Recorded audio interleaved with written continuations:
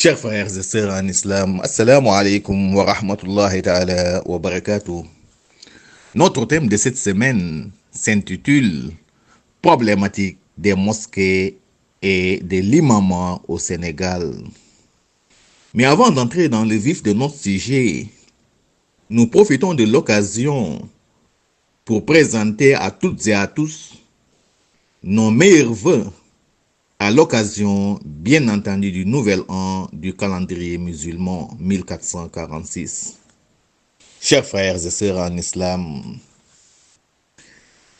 sachez que la mosquée est la demeure d'Allah subhanahu wa ta'ala sur terre. C'est un lieu sacré, un lieu de dévotion et de recueillement. Allah subhanahu wa ta'ala nous dit dans le Saint-Coran, Ba'da a'udhu billahi minash shaitani rajim, wa anna al-masajid lillah fala tad'u ma'allahi ahada. Il nous dit que les mosquées sont les demeures d'Allah subhanahu wa ta'ala. Elles sont consacrées à Allah subhanahu wa ta'ala. Par conséquent, n'invoquez personne avec lui. La mosquée est donc un lieu sacré que nous devons honorer et éloigner de tout ce qui est impureté, de tout ce qui est dispute et malentendu. Bref, de tout ce qui est contraire aux enseignements du prophète Muhammad alayhi salatu wassalam. Le prophète Muhammad alayhi salatu wassalam, dans un hadith rapporté par Anas ibn Malik, avait dit à l'homme qui urinait dans une mosquée, Inna hazihi al-masajid la tasluhu min hadha al-bawl wala al-qadar wa innama hiya li dhikri Allah ta'ala wa salati wa qira'at al-Qur'an. Il avait clairement signifié que ces mosquées ne sont pas faites ni pour les urines, ni pour les saletés, ni pour les impuretés. Elles sont faites plutôt pour l'invocation d'Allah subhanahu wa ta'ala, la prière et la lecture du Saint-Coran. Donc, chers frères et sœurs en islam, il est temps que nous revoyions nos comportements et nos attitudes dans nos mosquées. Et surtout encore, de les éloigner de tout ce qui est conflit, bagarre ou propos discourtois. Aujourd'hui, c'est malheureux. La plupart de nos mosquées sont infestées, il faut le dire, pour ne pas dire malades, à cause de pareilles attitudes. Nos mosquées sont transformées en un champ de bataille et de conflit. Nos mosquées d'aujourd'hui, il faut le dire, chers frères et sœurs en islam, sont tout à fait différentes de celles de nos anciens, de nos vaillants ancêtres érudits, qui, je rappelle, furent des mosquées dont le fondement fut la crainte révérentielle yani at-taqwa. Des mosquées embellies et décorées par la foi en Allah subhanahu wa ta'ala. Des mosquées qui nous servaient de thérapie spirituelle où l'on pouvait facilement retrouver, n'est-ce pas, la quiétude spirituelle. Contrairement à nos mosquées d'aujourd'hui qui sont embellies et décorées sur le plan matériel, mais pauvres, n'est-ce pas, sur le plan spirituel et du savoir. Des mosquées administrées pour la plupart par des gens d'une moralité souvent douteuse, qui ont passé toute leur vie dans des pratiques qui sont loin d'être appréciées par l'islam.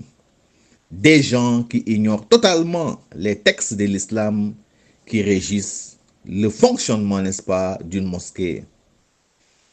Et puis encore, la mise en place de clans que nous notons aujourd'hui dans certaines de nos mosquées. Des clans qui passent tout leur temps à s'entre-déchirer. Et pourtant, ces gens-là partagent, n'est-ce pas, les mêmes rangées lors des 5 prières journalières. Des mosquées où les imams, les bilal et les adjoints des imams ne s'entendent pas, ne se parlent pas. Ils sont en permanence en conflit. Vraiment, ce qui se passe aujourd'hui dans nos mosquées dépasse même l'entendement. Et c'est de pareilles attitudes, chers frères et sœurs en islam, qui parfois dégénèrent et entraînent des bagarres qui vont finalement pousser l'autorité administrative à procéder à la fermeture de certaines mosquées. Aujourd'hui, combien de mosquées ont été fermées, privant de nombreux fidèles à accomplir la prière en commun? Elles sont nombreuses.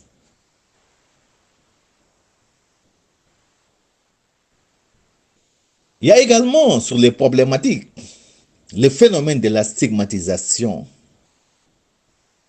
Le phénomène de la stigmatisation de nos mosquées. Depuis qu'on a commencé à stigmatiser nos mosquées, les conflits, les méfiances et les malentendus sont les bienvenus. Sont les bienvenus dans les lieux de culte.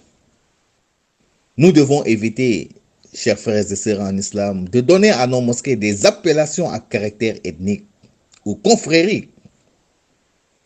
Mosquée Wolof, mosquée Toucouleur, mosquée Serer, mosquée Tidjane, mosquée Mouride, mosquée Ibadou, etc., etc.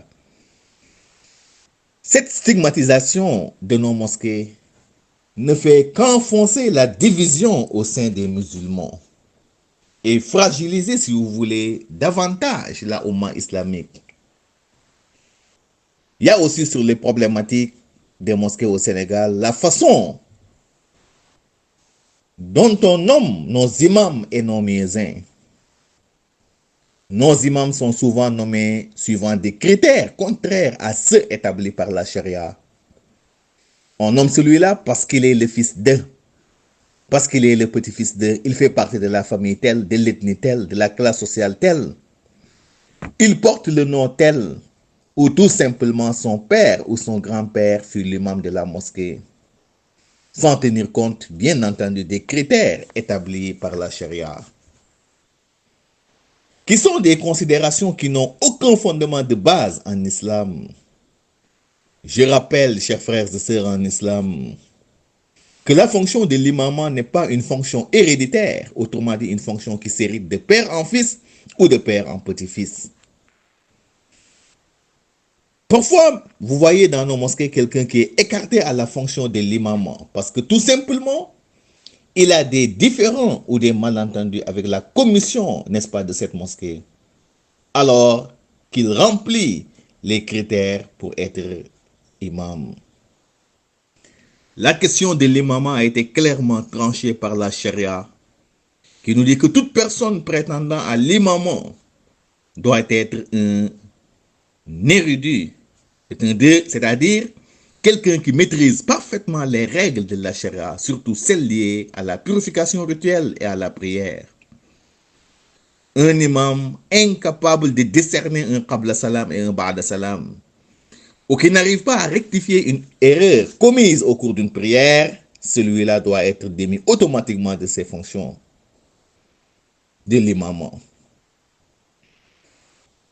Toute personne prétendant à l'imam doit être une personne honnête, digne de foi et de confiance, d'une bonne moralité, d'une bonne réputation.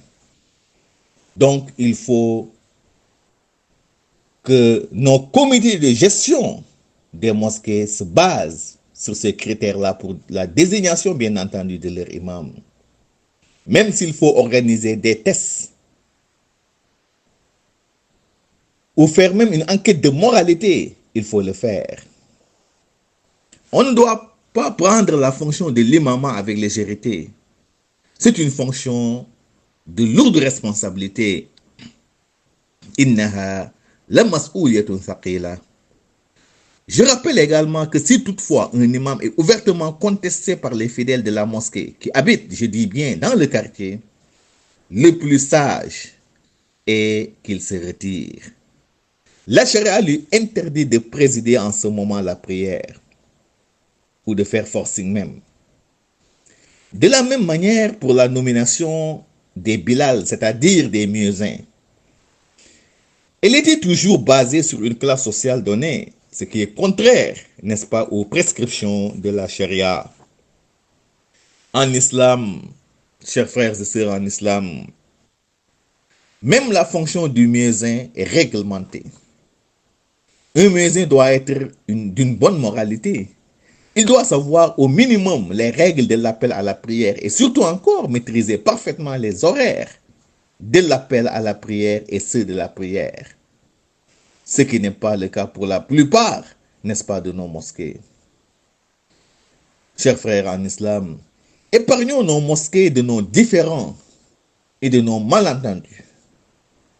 Si nous avons des malentendus, réglons-les ailleurs et non dans les mosquées, qui sont encore, une fois de plus, les demeures d'Allah subhanahu wa ta'ala sur terre.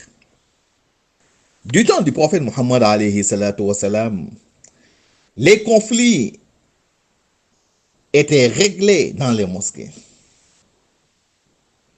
Les mosquées servaient en quelque sorte de tribunal pour les musulmans. Aujourd'hui, la logique était que des juges, des tribunaux et des conflits entre eux et que des imams s'en chargent pour les régler dans les mosquées. Car les imams sont des régulateurs et non le contraire. Des imams et des fidèles d'une même mosquée devant le juge, à la barre, c'est vraiment honteux. Et ça n'honore pas du tout la Oumma islamique. Chers frères et sœurs en islam, nous voilà au terme de notre rappel. Merci et à la prochaine.